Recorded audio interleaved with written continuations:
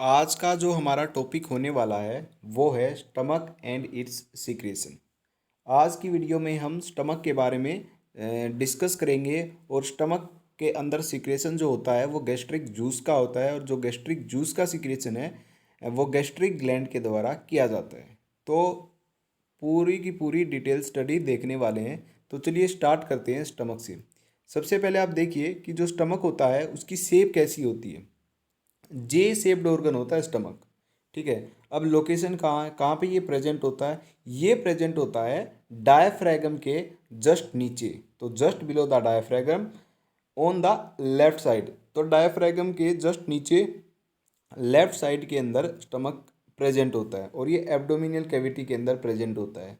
तो ये हो गई इसकी शेप, जे शेप्ड ऑर्गन होता है और ये है इसकी location, present in the abdominal cavity just below the diaphragm on the left side. ठीक है।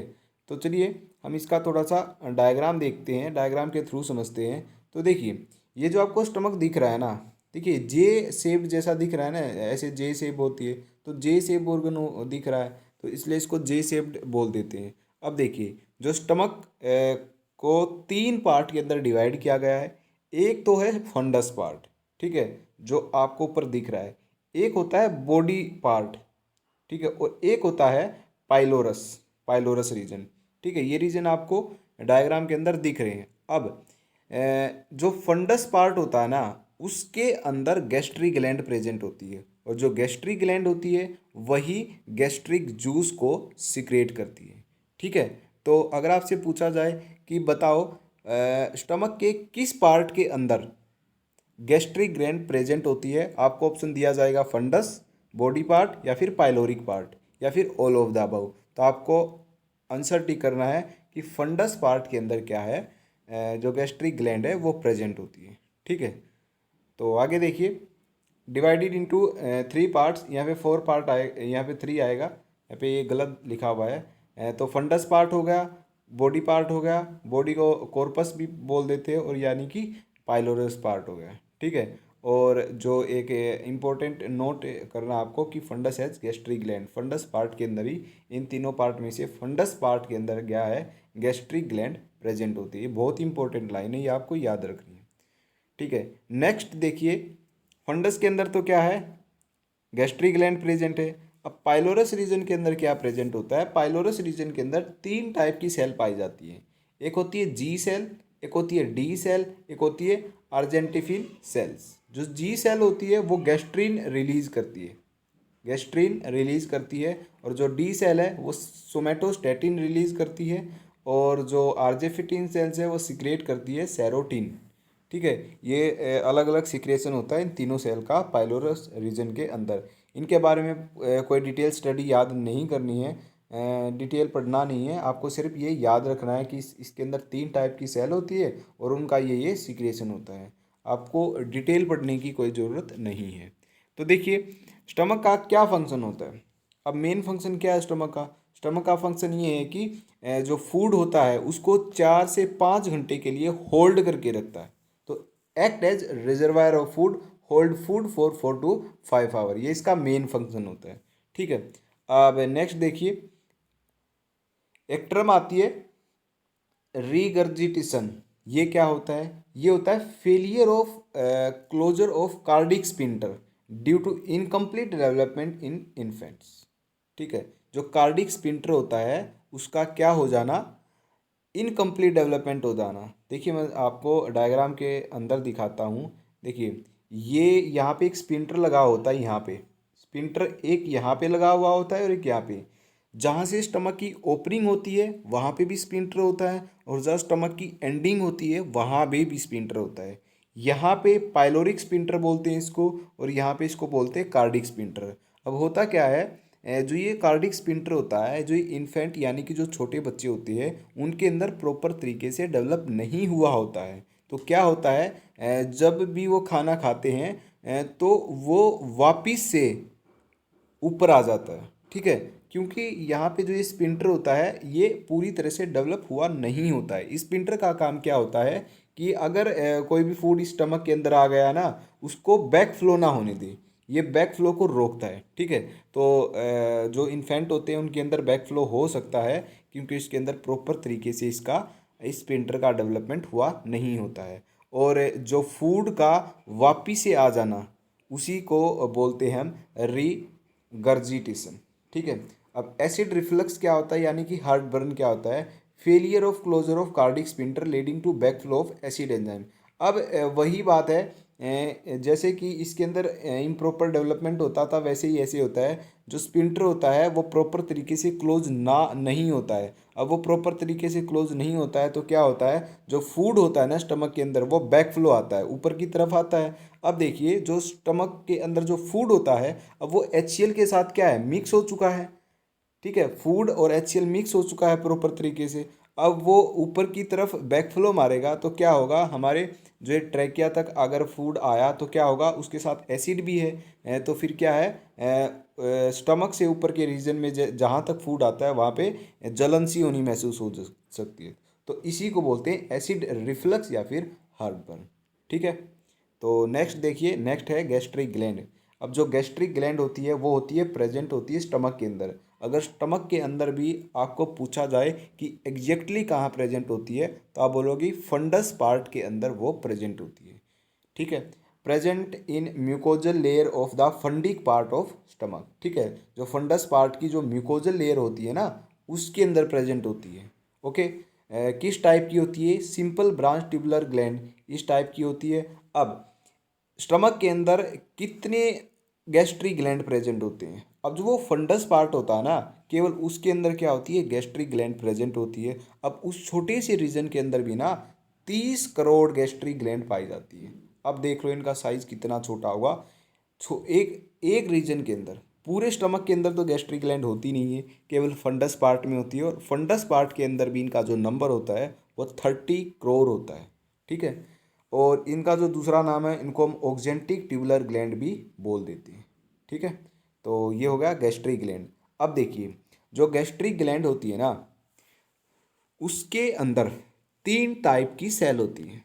अब ये जो सेल हैं ये बहुत इंपॉर्टेंट है, इनका जो नाम है वो इम्पोर्टेंट है और जो इनका सीक्रेशन है वो बहुत ही इंपॉर्टेंट है, ज़रूरी है याद करना। आपको कोलॉजी जब आप पढ़ोगे तो उसके अंदर आपको बहुत काम आएगा ये। ठीक है, देखिए जो गैस्ट्रिक ग्लैंड होती है उसके अंदर 3 टाइप की सेल होती है। सबसे पहली जो सेल है चीप सेल, या फिर इसको पेप्टिक सेल भी बोल देते हैं, या फिर इसको जाइमोजेनिक सेल भी बोल देते हैं। ठीक है, दूसरी आती है ऑक्जेंटिक सेल या फिर पेराइटल सेल, और तीसरी आती है गोबलेट सेल। अब जो ये एक्जेंटिक का दूसरा नाम पेराइटल है ना, ये आपको अच्छे तरीके से याद करके रखना है क्योंकि ये बहुत ज़्यादा कन्फ्यूज़न क्रिएट कर सकता है। ठीक है, ऑक्जेंटिक ही पेराइटल सेल होती है, पेराइटल ही ऑक्जेंटिक सेल होती है। अब जो ऑक्जेंटिक या पेराइटल सेल होती है इनका जो काम होता है वो होता है HCl को सिक्रेट करना। अब देखिए गैस्ट्रिक ग्लैंड का काम होता है HCl को सिक्रेट करना। अगर मैं आपको बिल्कुल माइन्यूटली पूछूं कि गैस्ट्रिक ग्लैंड के अंदर 3 टाइप की सेल होती हैं जिनका नाम ये मैंने बताया, उनके अंदर तीनों की सेल के अंदर क्या कि तीनों सेल HCl सिक्रेट करती है? नहीं, ऐसा नहीं है, केवल एक सेल ही है जो कि HCl को सिक्रेट करती है और वो होती है ऑक्जेंटिक यानी कि पेराइटल सेल। ठीक है, इसका काम होता है HCl को सिक्रेट करना और एक इंट्रिंसिक फैक्टर को सिक्रेट करना। ये जो इंट्रिंसिक फैक्टर है ये क्या करेगा, ये जो विटामिन B12 का एब्जॉर्प्शन होता है ना उसके अंदर हेल्प करता है। तो ऑक्जेंटिक सेल एक तो इंट्रिंसिक फैक्टर रिलीज करती है और एक HCl सिक्रेट करती है। ठीक है, HCl का काम तो आपको पता है एसिड होता है, और इंट्रिंसिक फैक्टर है उसका काम होता है विटामिन B12 का एब्जॉर्प्शन। ठीक है, अब देखिए जो पहली सेल है चीफ सेल यानी कि पेप्टिक सेल जाइमोजेनिक सेल, ये एंजाइम्स रिलीज करती है।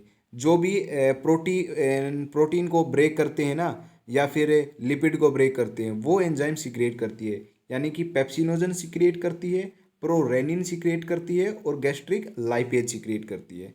अब जो ये पेप्सिनोजन होता है और ये जो प्रोरेनिन होता है ना ये होते हैं प्रोटीनोलाइटिक एजेंट, प्रोटीनोलाइटिक एंजाइम होते हैं यानी कि जो प्रोटीन को ब्रेक डाउन करते हैं। जो चीफ सेल होती है गैस्ट्रिक ग्लैंड के अंदर, जो चीफ सेल होती है वो 3 टाइप के एंजाइम्स को रिलीज करती है। सबसे पहला एंजाइम पेप्सिनोजन जो कि प्रोटीन को ब्रेक करता है। दूसरा है प्रोरेनिन, ये भी प्रोटीनोलाइटिक एंजाइम होता है। ठीक है। तीसरा है गैस्ट्रिक लाइपेज जो कि लिपिड को ब्रेक डाउन करता है। ठीक है। अब एक बात समझिए, चलिए नेक्स्ट देखिए आप गोबलेट सेल। गोबलेट सेल है जो कि म्यूकस को रिलीज करती है। ठीक है। अब जो ये तीनों सेल मैंने बताई ना, इनका आप प्रॉपर फंक्शन देखिए, ये क्यों रिलीज होती है हमारे स्टमक के अंदर। ठीक है। अब देखिए, ये हो गया हमारा स्टमक। ठीक है, ये हो गया हमारा स्टमक। ठीक है। अब इस रीजन के अंदर ये फंडस पार्ट है। फंडस पार्ट के अंदर ये तीनों सेल होती हैं। चीफ सेल होती है, ऑक्जेंटिक सेल होती है, गोबलेट सेल होती है। अब धीरे धीरे मैं आपको बहुत अच्छे तरीके से समझाता हूँ क्या होता है। गोबलेट सेल क्या करती है, म्यूकस रिलीज करती है। अब जैसे ही गोबलेट सेल म्यूकस रिलीज करती है तो स्टमक के पूरे चारों तरफ म्यूकस की एक लेयर बन जाती है। ठीक है। अब उस म्यूकस का काम क्या होता है वो मैं आपको बताता हूँ। जैसे ही म्यूकस की लेयर जमा हो जाती है तो क्या है, HCl सिक्रेट किया जाता है। HCl इस स्टमक के अंदर आया। अब जो HCl आया वो क्या करेगा, अगर म्यूकस नहीं है तो क्या करेगा वो, ये जो स्टमक की लेयर है इनको क्या कर सकता है, ब्रस्ट कर सकता है।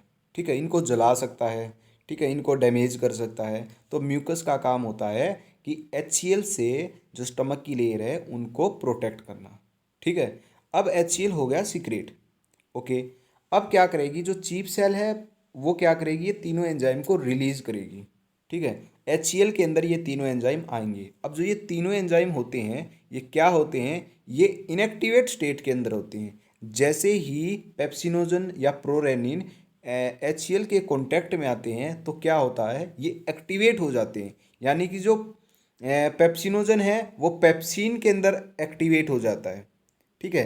अब अगर पेट के अंदर, अगर हमारे स्टमक के अंदर HCl नहीं बन रहा है और ये तीनों एंजाइम रिलीज हुए तो ये तीनों एंजाइम अपना अपना काम नहीं करेंगे, क्योंकि जब तक ये HCl के कांटेक्ट में नहीं आएंगे तब से ये एक्टिवेट नहीं होंगे। पेप्सिनोजन इनएक्टिव फॉर्म है। जैसे ही पेप्सिनोजन HCl के कांटेक्ट में आएगा HCl इनको एक्टिव करेगा, और जैसे ही पेप्सिनोजन एक्टिव होता है वो पेप्सिन के अंदर कन्वर्ट हो जाता है, और जो पेप्सिन है वो प्रोटीन को फिर स्टमक के अंदर डाइजेस्ट करना स्टार्ट कर देता है। तो ये था इनका प्रॉपर फंक्शन। सभी का प्रॉपर फंक्शन मैंने आपको बता दिया है। ठीक है। तो ये होता है गैस्ट्रिक ग्लैंड, और गैस्ट्रिक ग्लैंड के अंदर 3 टाइप की सेल होती है। ठीक है। अब आप 2 पॉइंट देख लीजिए, इंपॉर्टेंट पॉइंट। जो विटामिन B12 होती है वो RBC के मैच्योरेशन में मदद करती है। ठीक है। RBC का जो मैच्योरेशन होता है वो विटामिन B12 की हेल्प से होता है। अगर विटामिन B12 की कमी किसी के अंदर हो गई तो ये लगा लो उसके अंदर RBC की भी क्या हो जाएगी, कमी हो जाएगी। मतलब RBC प्रॉपर तरीके से मैच्योर नहीं हो पाएगी और RBC फिर अपना जो फंक्शन है वो अच्छे से नहीं कर पाएगी। ठीक है। दूसरा है, अगर विटामिन B12 की डेफिशिएंसी हो जाए तो उस कंडीशन को हम परनीशियस एनीमिया बोल देते हैं। ठीक है। एक होता है मैक्रोसिस्टिक एनीमिया, एक होता है माइक्रोसिस्टिक एनीमिया। ये होते हैं फोलिक एसिड और आयरन की डेफिशिएंसी से। ठीक है। वैसे ही जो परनीशियस एनीमिया है वो होता है विटामिन B12 की अगर कमी हो जाए हमारी बॉडी के अंदर, उसको हम बोलते हैं परनीशियस एनीमिया। उस कंडीशन को परनीशियस एनीमिया का नाम हम दे सकते हैं। ठीक है। अब आगे देखिए, गैस्ट्रिक ग्लैंड है वो क्या करती है, गैस्ट्रिक जूस का सिक्रेशन करती है। ठीक है। यानी कि जो HCl होता है, एसिड होता है, वो होता है गैस्ट्रिक जूस।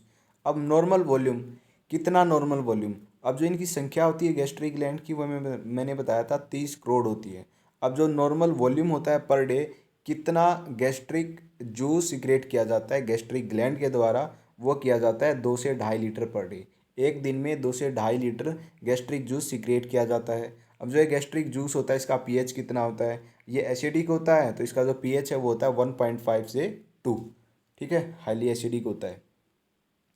अब जो गैस्ट्रिक जूस का सिक्रेशन है ना वो किस किस तरीके से इंक्रीज किया जा सकता है, जो हमारी बॉडी का पैरासिम्पैथेटिक नर्वस सिस्टम है वो हमारे गैस्ट्रिक जूस को सिक्रेशन को इंक्रीज कर सकता है, और जो सिंपैथेटिक नर्वस सिस्टम है वो डिक्रीज करता है, लेकिन जो पैरासिम्पैथेटिक नर्वस सिस्टम है वो गैस्ट्रिक सिक्रेशन को इंक्रीज करता है।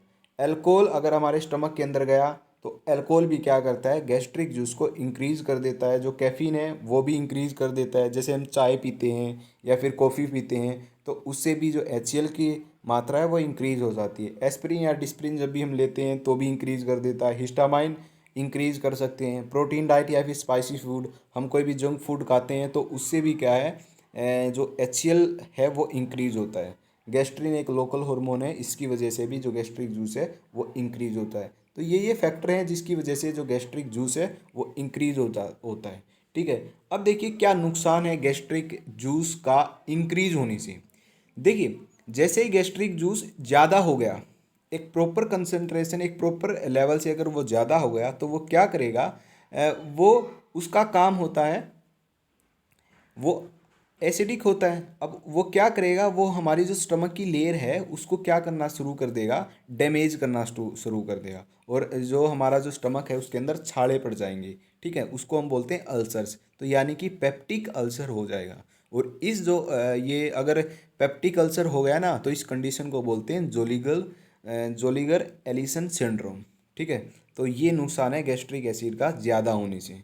ओके। तो जैसे हम बार बार चाय पीते हैं, बहुत ज़्यादा चाय पीते हैं तो उनको भी गैस्ट्रिक अल्सर होने का खतरा बना रहता है। जो ज़्यादा दवाई खाता है उनके अंदर भी गैस्ट्रिक अल्सर होते हैं, यानी कि पेट के अंदर छाले भी बन जाते हैं बहुत ज़्यादा ज़्यादा एंटीबायोटिक से, बहुत ज़्यादा दवाई और लेने से।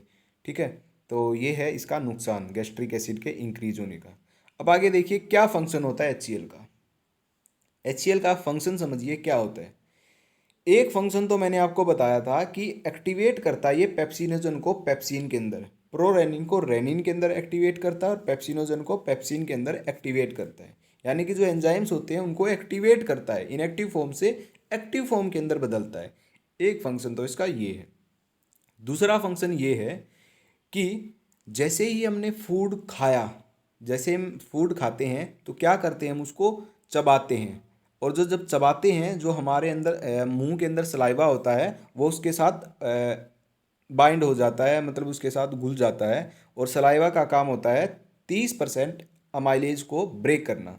ठीक है। सलाइवा के अंदर सलेवरी अमाइलेज होता है। जैसे ही वो चबाने के बाद वो फूड स्टमक के अंदर जाता है तो उस फूड के अंदर सलेवरी अमाइलेज होता है। तो जैसे ही सलेवरी अमाइलेज HCl की कांटेक्ट में आ जाता है उसको वो ये इनएक्टिव कर देता है। तो सलेवरी अमाइलेज को तो इनएक्टिवेट करता है और पेप्सिनोजन को एक्टिवेट करता है।